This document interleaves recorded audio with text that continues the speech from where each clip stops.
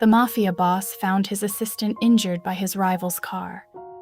His next order started a war rain doesn't wash a city clean. I used to believe that lie, the way people believe most comforting things, because it's easier than the truth. The truth is, rain just moves the dirt around. It finds the cracks already there and makes them wider.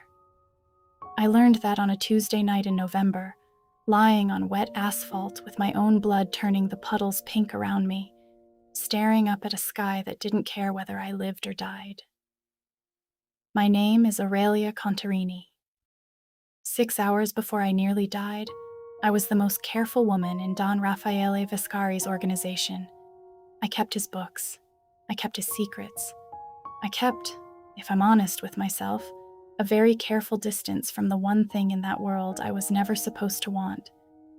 I remember the headlights before I remember the impact. 2 white eyes cutting through the downpour, coming too fast, coming for me and not around me. I remember thinking, with the strange calm of a mind that hasn't caught up to danger yet, that I'd left the office late again, that I should have taken the car Raphael always insisted on, that I was going to be in so much trouble for walking 3 blocks alone in the dark. Then the world turned sideways and stopped being a world I understood. I don't remember the sound. People always ask about the sound, and I never have an answer. What I remember is the cold of the ground meeting my spine, the metallic taste flooding my mouth, and the briefcase. My briefcase. The one with $200,000 of laundered cash meant for a shipping broker in Marseille, bursting open beside me. I remember watching the bills lift and scatter in the wind, soaking through, turning soft and worthless in the rain, and thinking that was somehow the saddest part. Not my own blood. The money dying too. I didn't see the car again. I didn't need to. I knew, even with my skull ringing and my vision narrowing to a tunnel, exactly whose signature this was. Don Vittorio Ravelli didn't do subtlety. He did messages. And this message had been written directly onto my body. Then I heard footsteps that didn't belong to strangers. Raphael doesn't run. I've watched that man walk into rooms where every gun in the building was pointed at his chest, and he has never once hurried. But that night, he came across the street toward me, at a pace I'd never seen from him. Black suit soaked through in seconds, rain sluicing off his jaw like the sky itself was trying to apologize on his behalf. He went down on his knees in the filthy water without a flicker of hesitation. His hand found the side of my face first. Not the wound, my face. Like he needed to confirm I was still in there before he dealt with anything else. Aurelia. He didn't say it like a question. He said it like a claim being staked, like a name nailed to a door. I tried to answer him. Blood filled my mouth instead of words. He leaned down until his forehead nearly touched mine, until his body blocked the worst of the rain, and for one absurd, suspended second, I felt something I had spent 2 years refusing to feel around him.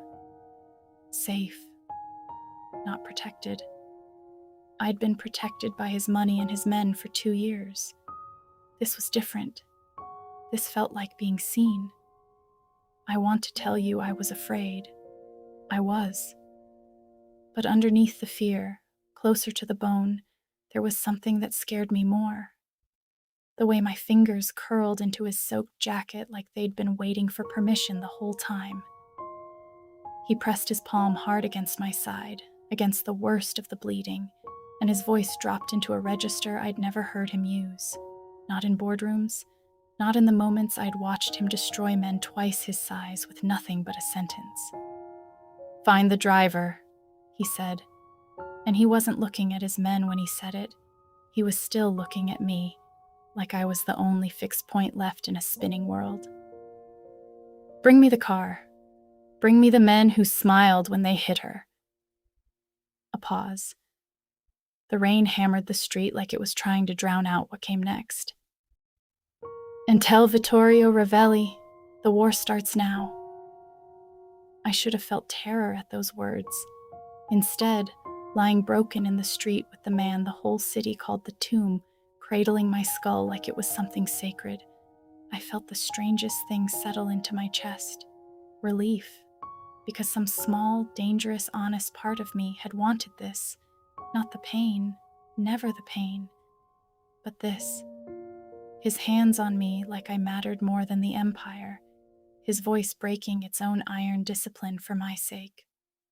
2 years of watching him from 3 careful feet away, cataloging his ledgers and his silences, and never once letting myself imagine he saw me as anything but useful.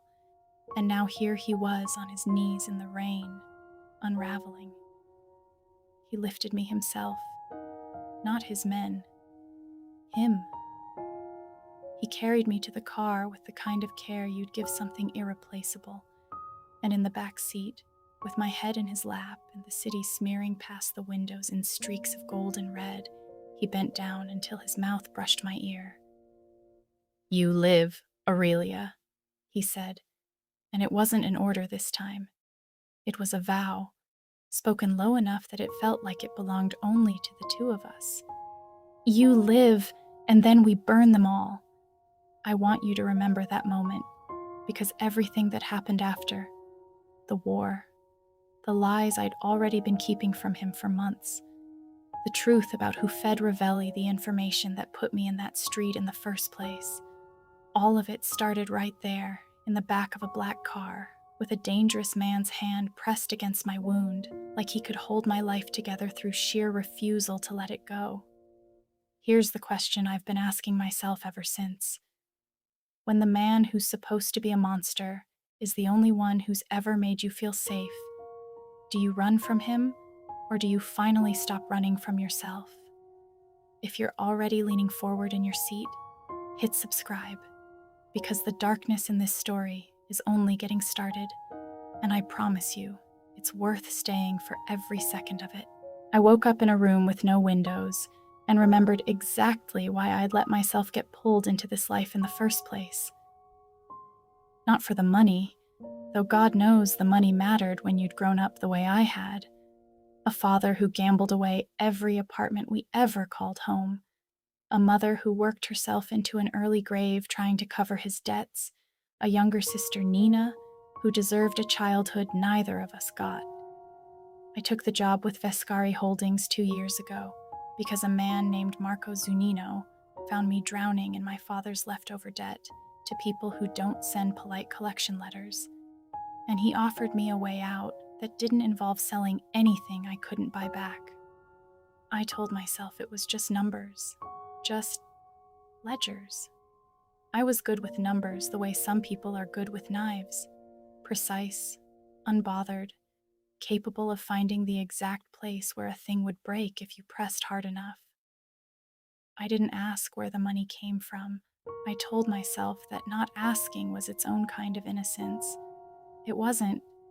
I knew what I was laundering. I knew whose hands the clean money ended up in.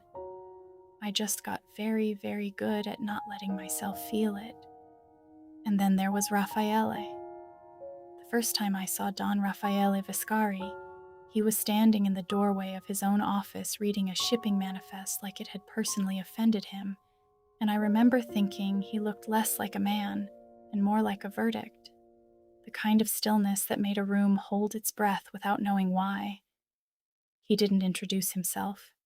He said, "You're the one who found the discrepancy in the Antwerp account."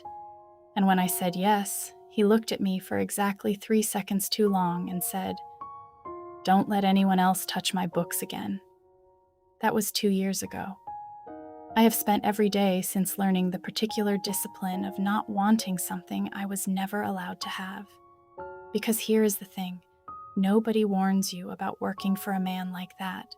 Proximity doesn't cure desire, it feeds it. I watched him dismantle enemies with a phone call.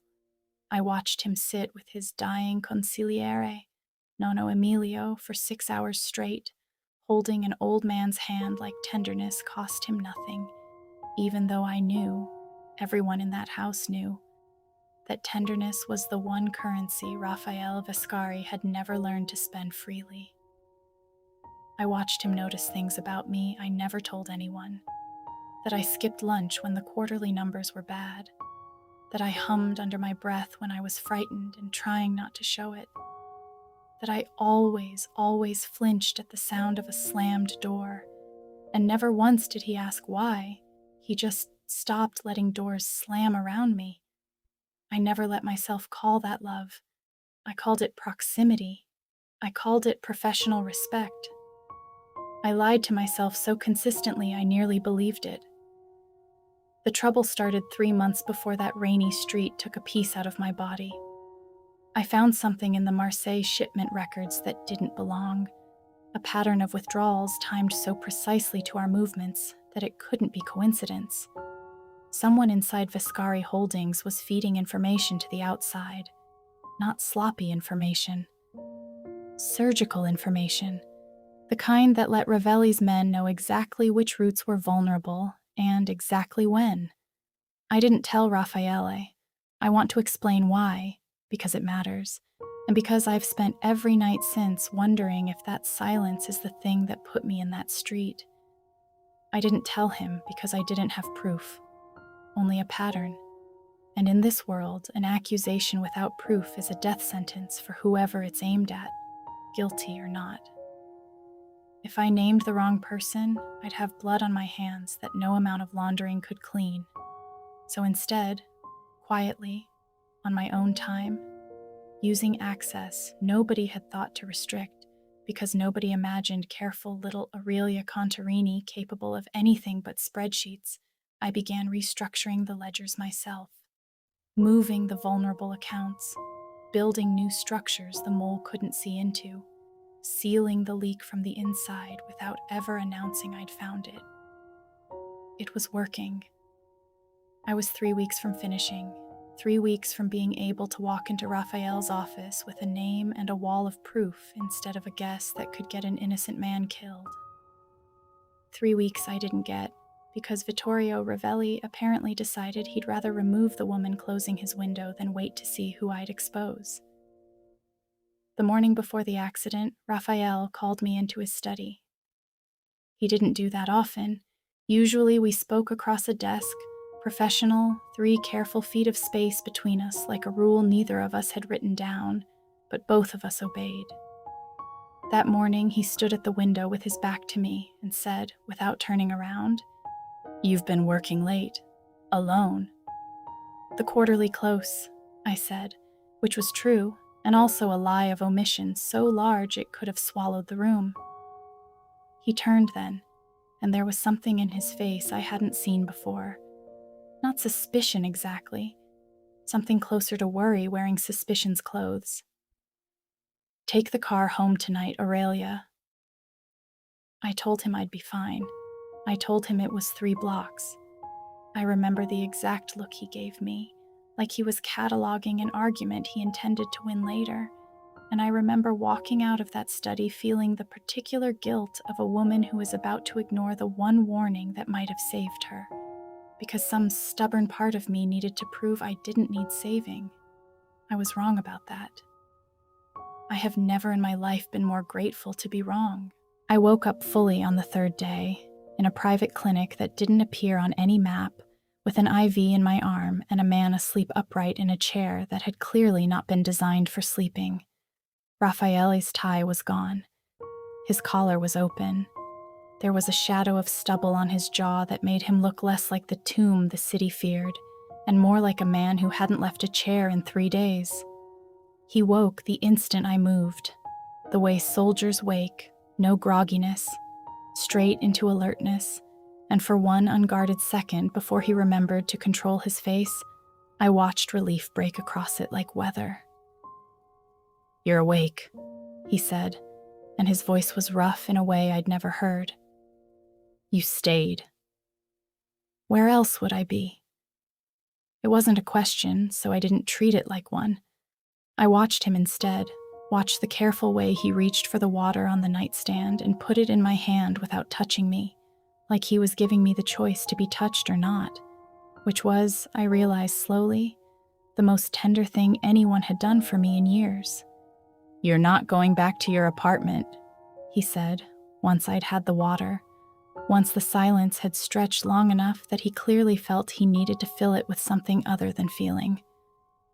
"Not until Ravelli is handled. You'll stay at the estate." "Raphael, that wasn't a request I'm interested in you refusing." There it was. The man underneath the man at my bedside. I'd seen him give orders before, watched grown men with guns on their hips go pale and compliant at a sentence like that, and some old, stubborn part of me wanted to fight it on principle, wanted to remind him I wasn't one of his soldiers to be stationed and moved. But another part of me, quieter and more honest, understood that this wasn't about control. This was a man who had knelt in the rain and felt something crack open in his chest, trying to nail the world back into a shape where that could never happen again. "Fine," I said. "But I keep working. Full access to the accounts. I'm not going to sit in a guest room recovering while you go to war with half your books unbalanced." Something shifted in his expression. Not quite a smile. Raphael didn't do smiles easily, but something adjacent to one. Respect wearing a serious face. "You nearly died 3 days ago, and your first negotiation is for more work. You know exactly why I'm good at what I do. I know exactly why I can't sleep when you're not somewhere I can see you," he said, and then looked immediately like he regretted handing me that sentence, like it had escaped before he'd finished deciding whether I was allowed to have it. I didn't push. I filed it away instead, in the same place I'd been filing every small, unguarded thing about him for 2 years, a private ledger of my own that had nothing to do with money. The estate, when I arrived 2 days later, was not what I expected.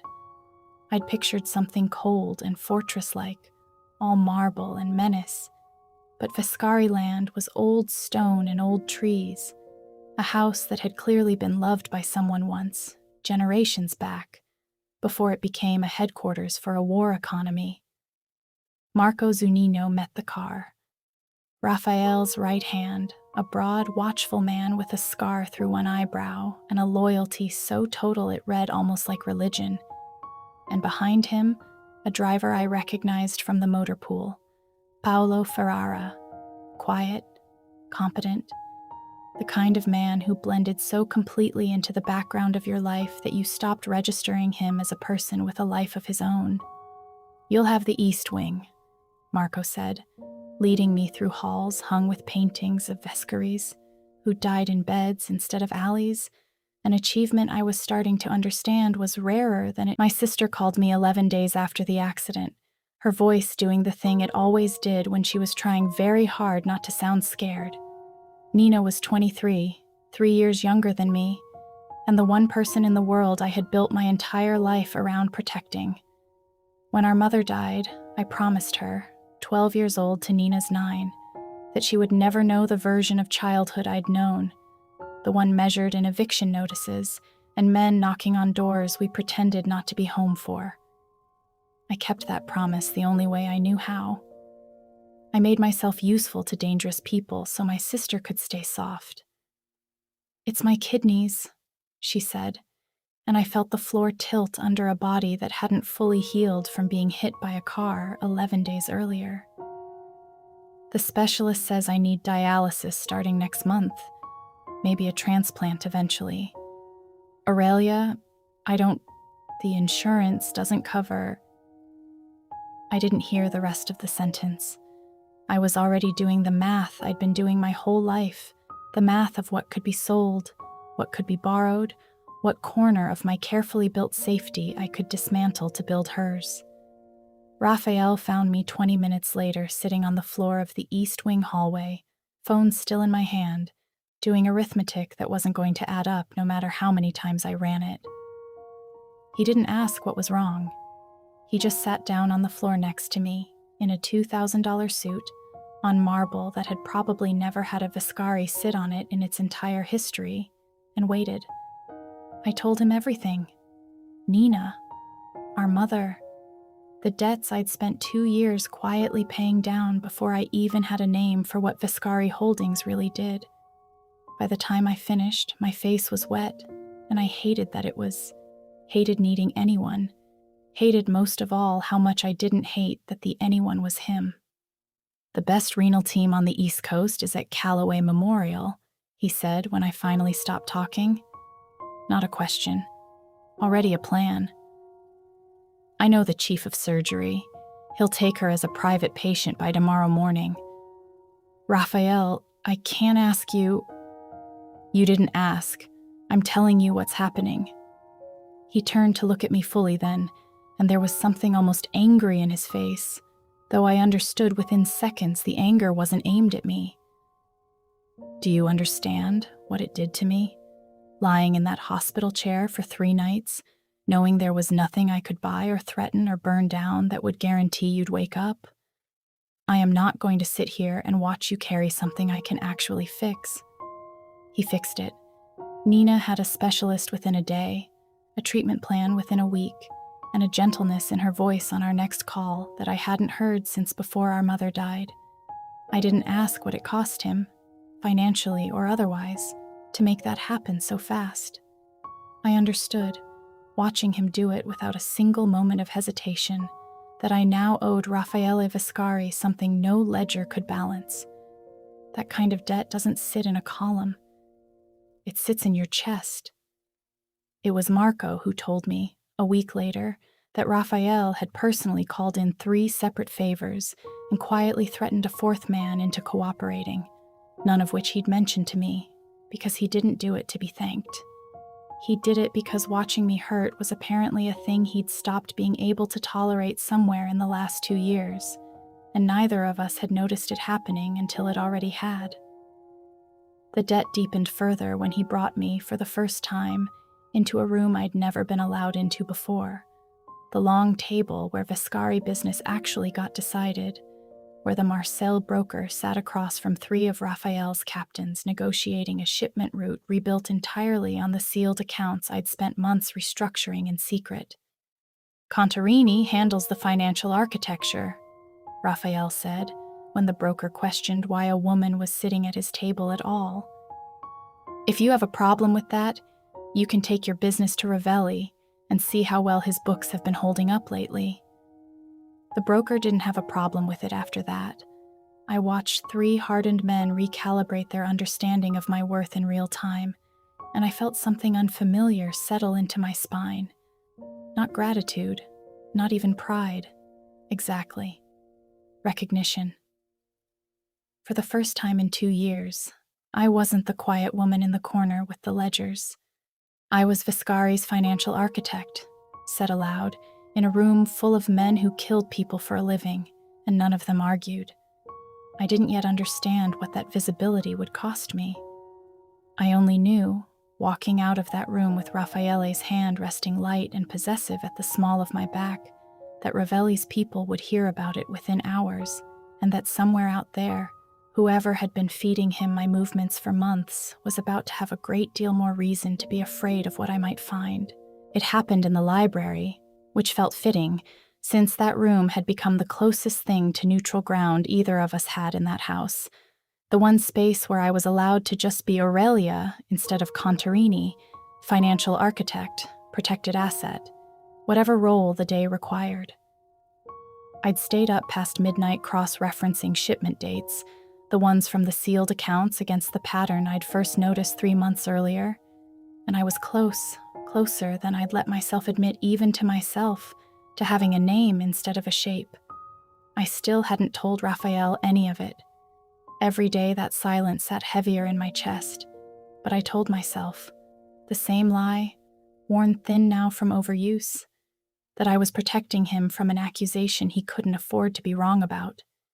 He found me at the desk with my head in my hands, exhaustion finally winning an argument I'd been having with my own body for weeks. "You should be asleep," he said, from the doorway, in the low voice he used only when he thought I wasn't fully listening. "You should be too.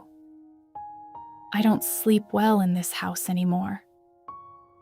He came further into the room, and I felt the air shift the way it always did around him, some current only my body seemed able to register. Not since the street. I turned to look at him properly then, and something in his face was different, unguarded in a way I'd only seen once before, in the back of that car with my head in his lap. He crossed the room and stopped close enough that I had to tilt my chin up to hold his eyes, close enough that I could smell rain on him, even though it hadn't rained in days, close enough that 2 years of careful professional distance evaporated like it had never mattered at all. "I keep replaying it," he said, "the exact second I saw you on that ground. I have buried men I loved, Aurelia. I have made peace with losing things. I did not make peace with the thought of losing you. I don't know how to." "Raphael, I know what I am," he said before I could finish, before I could decide whether I was about to warn him away or pull him closer. "I know what I've asked you to survive just by working for me. I have no right to want what I want from you. I've told myself that every day for 2 years, and I am done being convinced by it."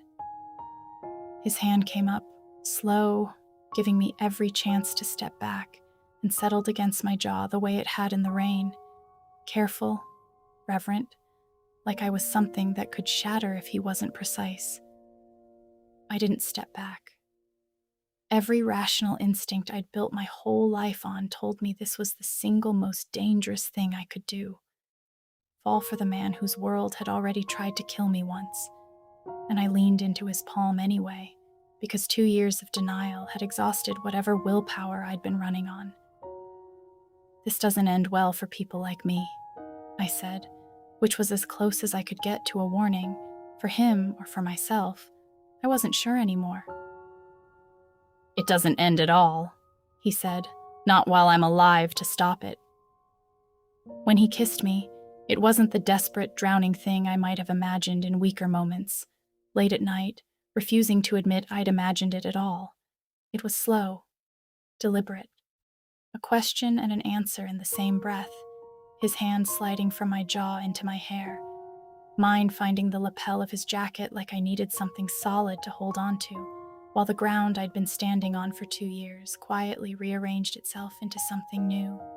I felt, for one unguarded moment, every wall I'd built, the professional distance, the careful denial, the ledger of small things I'd never let myself name, come down at once. His mouth was patient and certain, and beneath the patience I could feel exactly how much restraint it was costing him. 2 years of a discipline as rigid as my own finally giving way in the dark of a library neither of us had planned on being in past midnight. When we broke apart, his forehead came to rest against mine, both of us breathing like we'd run somewhere instead of simply standing still. "I have wanted to do that since the Antwerp account," he said, and it was so unexpectedly human, so far from the tomb the city feared, that I laughed despite everything, a sound half wet with something that wasn't quite tears. "You yelled at me about the Antwerp account." "I yelled at everyone else in the room. I only ever wanted your attention." I should have told him everything right then. The mole, the 3 months of silence, the pattern I was one name away from confirming. I told myself later that the moment wasn't right, that I needed the proof first, that I was protecting him. The truth, the one I still find hardest to forgive myself for, is that I was afraid of what his face would do when he found out how long I'd been keeping something this large from the one person who'd just handed me his heart with both hands, unguarded, in a room with no cameras and no witnesses but the 2 of us. I kissed him again instead. It was easier than the truth. It always is, right up until it isn't anymore. He told me about the tomb 3 nights later, in bed, in the dark, in the particular kind of honesty that only seems to exist at 3 a.m. when the whole house is asleep and the day's armor has finally come off. "They didn't give me that name because I'm quiet," he said, tracing an absent line along my shoulder, the 2 of us tangled in sheets that still felt too new to be real. They gave it to me because I buried my own father. I went still.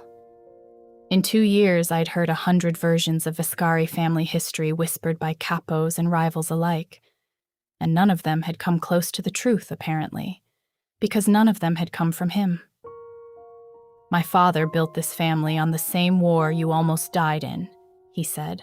Viscari and Ravelli. It's older than either of us. His father and Vittorio's father split a shipping empire down the middle 40 years ago and spent the rest of their lives trying to take the other half back. My father died trying to end it, walked into a meeting Vittorio's father set up as a peace offering, and it was a trap. I was 19. I identified his body myself because I didn't trust anyone else to do it gently. Raphael, I buried him, and then I buried the version of myself that believed peace with a Ravelli was possible. Il sepolcro, the tomb. Because I put my father in the ground, and I put my own softness in the ground right next to him, and for 15 years, I have not let a single person close enough to make me feel anything I couldn't afford to lose. He looked at me then, in the dark, and I understood exactly what he was telling me, underneath the history lesson. I was the first crack in 15 years of deliberate, disciplined numbness.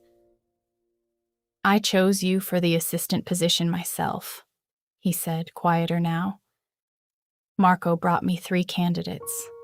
I picked you because you look like someone who'd learned to survive the hard way, and I told myself that I needed someone who understood loss well enough not to be careless with mine.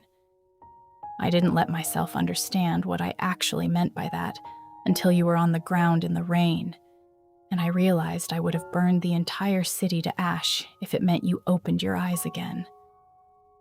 I lay there with his heartbeat under my ear and felt the full, terrible weight of what I still hadn't told him.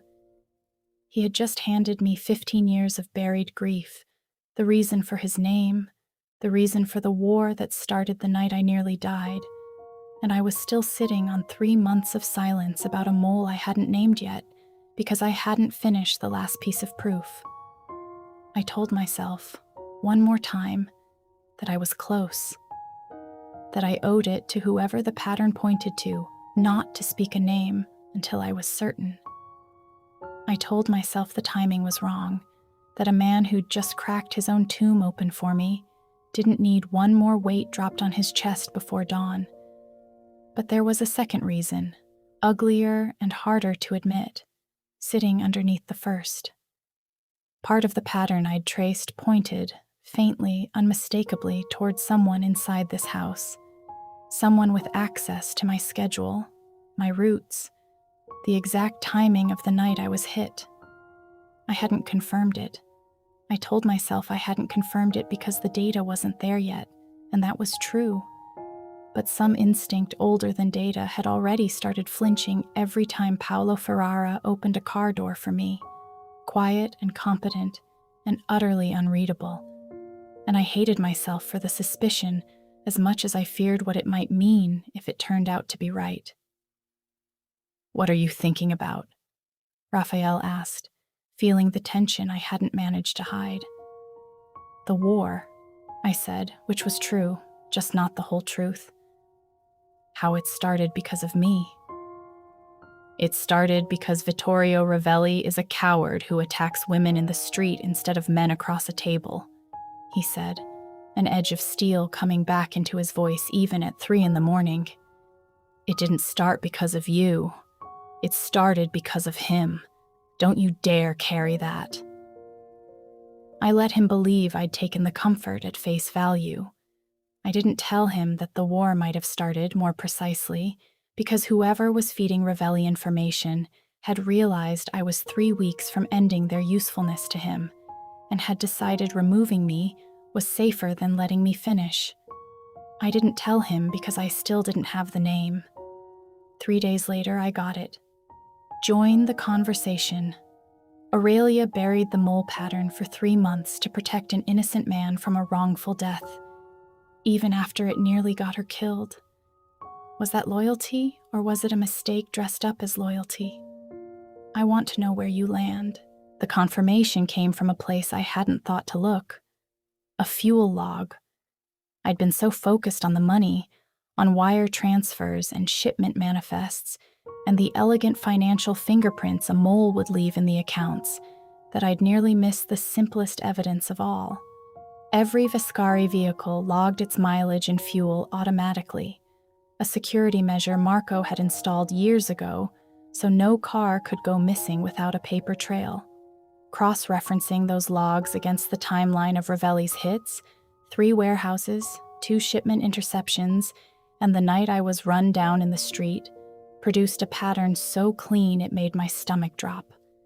Every single incident lined up within an hour, with a vehicle Paolo Ferrara had checked out and driven somewhere unlogged, off-route, unaccounted for. I sat with that information for a full day before I let myself believe it. Paolo, who'd opened my car door every morning for 2 weeks with that same small, respectful nod. Paolo, who Marco had personally assigned to guard me because he trusted him completely.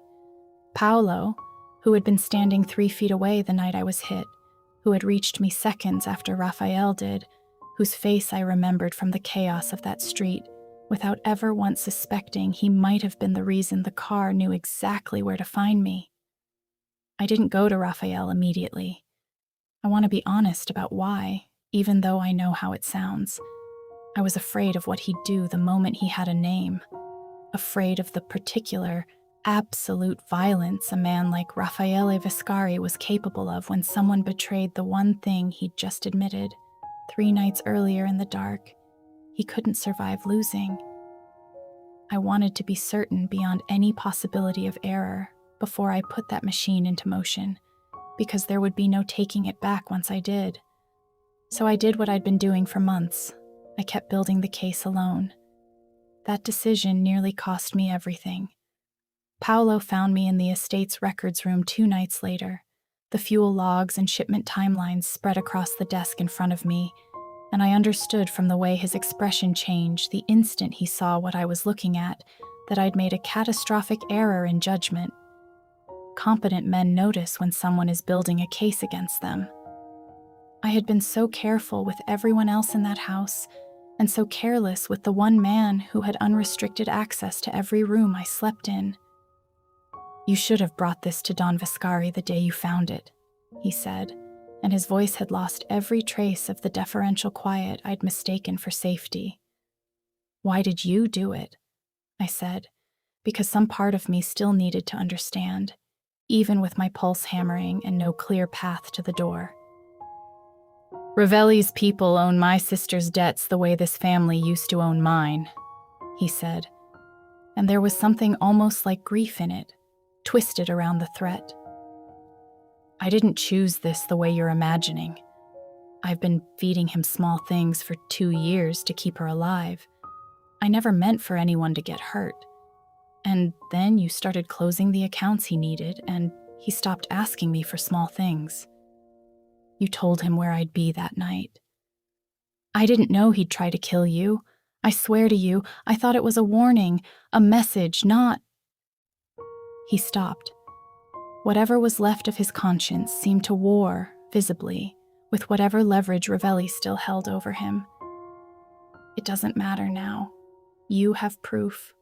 I can't let you leave this room with it." I have relived the next several minutes more times than I can count, turning over every version of what I could have done differently. What I actually did was throw the desk lamp at his head hard enough to buy myself 3 seconds, and use those 3 seconds to trigger the panic signal Raphael had installed in every room of the estate after the accident. A signal I'd resented at the time, certain I'd never need it, certain the world inside that house was the one place I was finally safe. Paolo had his hand around my wrist when Marco's men came through the door, and I will never forget the sound Raffaele made when he arrived 30 seconds later and understood, all at once, both who had betrayed him, and how close he had come to losing me a second time in his own house. He didn't touch Paolo. He looked at him for a long, terrible moment, and then he looked at me, and the thing in his face wasn't rage anymore, not primarily. It was something closer to devastation. "How long have you known?" he said, and I understood he wasn't only asking about Paolo. "About the pattern?" "3 months," I said, and watched something in him go very still and very cold, not at Paolo's betrayal, but at mine. "I didn't have proof. I didn't want to accuse an innocent man and be wrong." "You let me hold you every night for 2 weeks," he said, "knowing there was a traitor in my own house, and you said nothing." I opened my mouth to explain. The caution, the fear of destroying an innocent life on a hunch, the 3 weeks I'd been counting down before that car found me in the street, and found, for the first time since I'd met him, that Raffaele Viscari was no longer looking at me like I was the one fixed point in a spinning world. He was looking at me like a man recalculating how much of what he'd trusted was real. Paolo talked before dawn. Marco had a gift for making silence unbearable, and by the time the sun came up, we had more than a fuel log. We had a location, a delivery time, and the name of the dockside warehouse where Ravelli was expecting a final shipment report Paolo had promised to hand over that night, the last piece of leverage he needed to move against Viscari Holdings for good. I also had a very long, very cold silence from Raffaele that lasted the better part of that day. He wasn't cruel about it. That almost would have been easier. He was precise, controlled, every interaction stripped back down to the professional register we'd used for the first 2 years I'd known him, and I understood that I had done something worse to him than Paolo had. Paolo's betrayal, however painful, fit into a category Raffaele had spent his whole life prepared for: enemies, traitors, the ordinary treachery of his world. Mine didn't fit anywhere. Mine was the one person he'd let past 15 years of deliberate numbness, choosing silence over him, and I watched it cost him something I didn't have a word for. I found him that evening in the study where this had all started, standing at the same window, and I didn't wait for permission to speak. "I need you to understand why," I said, not to excuse it, to explain it. He didn't turn around, but he didn't leave the room either, which I chose to read as permission. "You told me your father died walking into a trap someone set with a lie dressed up as peace," I said. "I have spent my entire life watching what happens when people act on suspicion instead of certainty. My father accused a business partner of cheating him without proof once, when I was a child, and the retaliation nearly got my mother killed. I grew up believing that an accusation without evidence is its own kind of violence. When I found that pattern 3 months ago, I had 2 impossible choices: accuse someone in your house and risk destroying an innocent man on a guess, or stay silent and find the proof myself before I put a name in front of you that I couldn't yet defend. I chose wrong. I know that now. But I didn't choose out of carelessness, Raphael. I chose out of the exact same instinct that made you dig for 15 years of buried grief before you ever let anyone close enough to see it." He turned around then, finally, and I watched something in his rigid control fracture at the edges. "You could have died in that records room," he said. "Do you understand that? If Marco's men had been 30 seconds later." "I know. I have spent 15 years building a version of myself that doesn't break when I lose people," he said, and his voice was rougher than I'd ever heard it, stripped of every ounce of the tomb's practiced stillness. "I broke in that street when I found you. I have been walking around inside that broken version of myself ever since, terrified every single day that I'd lose the thing that cracked me open in the first place. And then I found out you'd been sitting on a threat to your own life for 3 months and telling me none of it. I was trying to protect you from making an irreversible mistake." "I don't need protecting from mistakes," he said. "I need you to trust me enough to let me make my own choices about the risks I'm willing to take for you. That's not the same thing as being fragile, Aurelia. That's what it means to actually be with someone instead of managing them. I crossed the room and closed the distance he'd kept between us all day, and he let me, which told me more than any words could have. "I'm not going to apologize for the instinct," I said. "It's kept me and my sister alive for 12 years, but I am sorry I let it keep something this important from you.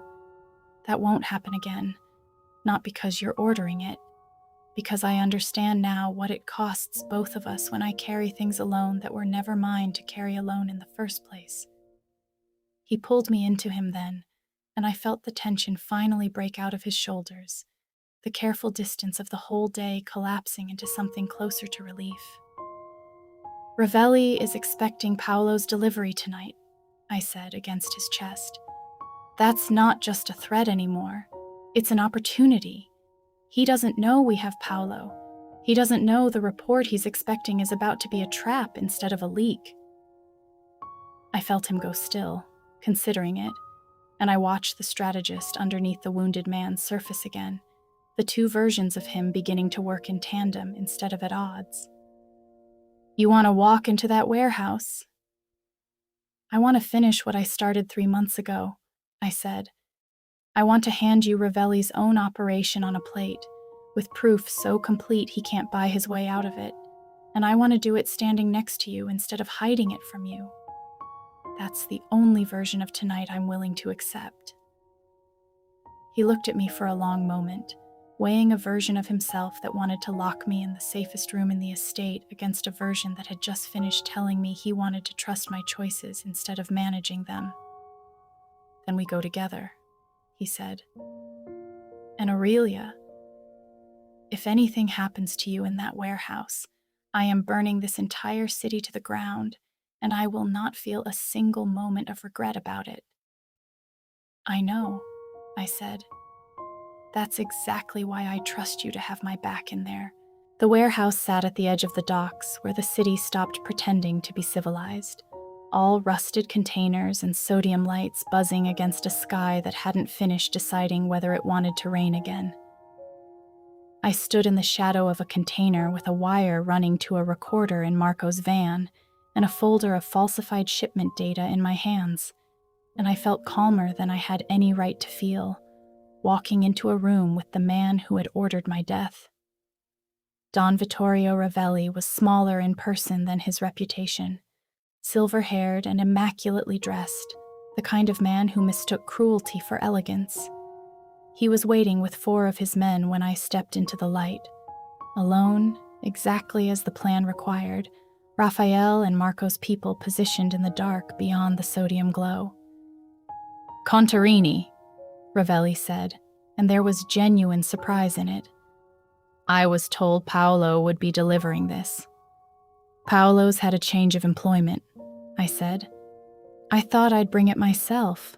Professional courtesy, one financial architect to another. I hear you've been having trouble reading my books lately." His expression tightened, the first crack in the elegance. "You're either very brave or very stupid, walking in here alone." "I'm not alone," I said, and that was the signal. The lights came up along the perimeter, and I watched the calculated stillness drain out of Vittorio Ravelli's face as he understood, all at once, exactly how thoroughly he'd walked into the same kind of trap his own father had used to end Raphael's father 20 years earlier. Raphael stepped into the light beside me, and for the first time since I'd known him, I watched a rival look at him with something closer to fear than contempt. "You've been financing your entire war against me on information stolen through a man I trusted," Raphael said, and his voice carried the particular quiet that made every soldier in that warehouse go still. "That ends tonight. I have his confession, recorded. I have 3 months of fuel logs and shipment timelines proving intent. I have this," he nodded at the folder in my hands, "the shipment report you were about to receive, which is not, in fact, real, and which your own people have already been photographed transporting to a federal evidence locker in an operation that started 40 minutes ago, thanks to a call from a very concerned citizen. I watched the pieces land on Ravelli's face. Not just defeat, but the specific personal humiliation of realizing the woman he'd tried to kill in the street had spent 3 months quietly building the exact machine that would end him. "You put a woman on me," Ravelli said to Raffaele, something almost like disbelief in it. "I didn't put her on you," Raphael said. "She's not a weapon I aimed, Vittorio. She's the architect of everything you've spent the last 4 months failing to understand. You made the mistake of thinking a woman with a ledger wasn't worth fearing.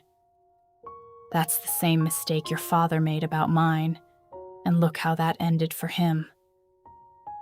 Ravelli's men made the calculations soldiers make in warehouses at that hour of the night, that the numbers weren't in their favor, that the federal exposure changed everything, that loyalty to a losing man wasn't worth a cell or a body bag. I watched 3 of them lower their weapons before Ravelli gave any order at all, and I watched something break in him at the betrayal of his own people, an echo of the exact wound Paolo's betrayal had left in Raphael days earlier. It ended without the bloodbath I'd braced for. Ravelli, cornered, exposed, his own operation compromised by federal evidence he had no way of retrieving, made the only calculation left available to a man who valued his own survival. He surrendered the war, publicly, that night, in front of witnesses from both families, ceding territory and shipping routes back to Vescari control in exchange for his life, and a promise Raphael extended with more mercy than I would have, if I'm honest, if the choice had been mine. "You get to live," Raphael told him, "because killing you tonight makes me exactly the kind of man my father died trying to stop being. But you will never come near anyone I love again. Not Aurelia. Not her sister. Not anyone who works for this family. The next line you cross, there won't be a warehouse full of witnesses to slow me down." Paolo's fate was harder and quieter and happened away from the docks entirely. Raffaele didn't kill him. I asked him not to, and for the first time in this whole story, he chose my judgment over his instinct without an argument. Instead, Paolo's sister's debts were bought out and forgiven, the leverage that had trapped him dismantled at the root, and Paolo himself was handed over to a federal investigation already circling Ravelli's finances, a fate that felt, to both of us, more honest than a grave. I finished sealing the ledgers 3 weeks later, exactly on the timeline I'd set for myself back when this had all started as a quiet, secret project I never intended anyone to know about. Every account restructured, every vulnerability closed. The financial architecture of an empire rebuilt by a woman who'd once been afraid to admit she wanted any of it. The danger, the power, the man standing in the doorway of the study watching me close the final file with something unmistakably like pride on his face. "You did that alone," he said. "Every account. While you were healing, while half the city was trying to kill you." "I had help," I said, closing the laptop. "You just didn't know you were giving it." He crossed the room and took my hands, ledger-stained and steady now in a way they hadn't been in months, and there was no careful 3 feet of distance between us anymore, no professional register left to retreat into. "Marry me," he said, and it wasn't the tomb speaking, wasn't the dawn, wasn't any version of him built for war. It was just Raphael, a man who had buried his father, buried 15 years of himself, and finally, deliberately, chosen to stop being buried. I said yes, standing in the exact study where he'd first told me to take the car home, where I'd first told him no, where 2 years of careful distance had finally, completely, closed. Outside, For the first time in what felt like months, it wasn't raining. The city lights spread out gold and steady beyond the window. A war finally, fully over, a ledger finally, fully balanced, and a man who'd once been a tomb standing in front of me instead like something that had, against every odd either of us understood, come back to life. Join the conversation. Would you have made the deal Aurelia made in that warehouse, trading the one piece of leverage that could have destroyed Ravelli for good in exchange for Raphael's life? Drop your answer below.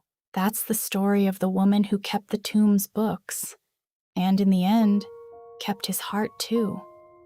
If you stayed with me through every act of this one, through the rain and the war and the quiet betrayal that nearly cost us everything, thank you. Stories like this only get made because people like you keep showing up for them. If Aurelia and Raffaele earned a place in your chest tonight, do me a favor, hit subscribe, drop a comment telling me which act hit you hardest, and share this with someone who needs a dark, slow burn love story to fall into tonight. There's another one waiting for you very soon. Until then, stay in the shadows with me.